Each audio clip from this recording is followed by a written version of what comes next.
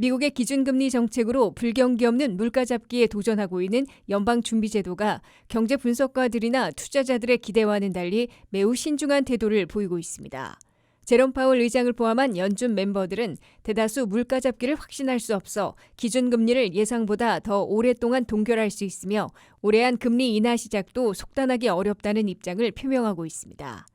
메리 데일리 샌프란시스코 연방은행장은 악시오스와의 인터뷰에서 4월의 CPI 소비자 물가 지수가 다시 진정되기 시작했다고 해서 한 달간의 데이터만 보고 물가가 결정적으로 내려갈지는 확신할 수 없다고 밝혔습니다. 메리 데일리 연방은행장은 특히 연준은 금리를 조정할 시급성은 없다고 판단하고 있다고 강조했습니다. 메리 데일리 샌프란시스코 연방은행장은 나는 미국의 물가가 연준 목표인 2%까지 실질적으로 내려가고 있다고 확신하지 못하고 있다면서 따라서 기준금리 인하를 연준 테이블 위에 다시 올려놓기에는 아직 시기상조라고 생각하고 있다고 밝혔습니다. 데일리 연방은행장은 미국 물가를 잡는 데 어려움을 겪게 하고 있는 걸림돌은 렌트비를 비롯한 주거비가 조속히 진정되지 않고 있는 것이라고 설명했습니다. 렌트비 등 주거비는 CPI 소비자 물가에서 3분의 1이나 차지하고 있는데 근래 들어 오름세가 둔화되기는 했으나 아직도 4월 중에 렌트비는 전년보다 5.4%, 전체 주거비는 5.5%나 오른 수준을 보였습니다.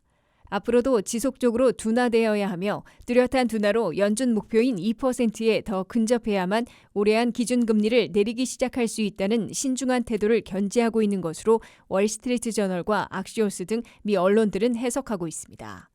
이에 앞서 제롬 파월 연준 의장은 지난주 초 네덜란드 암스테르담에서 열린 세계 은행장들의 모임에서 우리가 생각했던 것보다 미국 물가가 높다면서 모두의 예상보다는 더 오래 인내할 필요가 있을 것이라고 밝혀 장기간 지켜보기 모드로 기준금리를 현재 5.25 내지 5.5%에서 동결할 것임을 시사했습니다. 이에 따라 미국의 물가지수가 몇 달간 계속 진정되어야 올해한 기준금리 인하 가능성이 가시화되고 다시 흔들릴 경우 올해한 내내 한 번도 인하하지 못하고 1년 반이나 동결하게 될 것으로 예고되고 있습니다.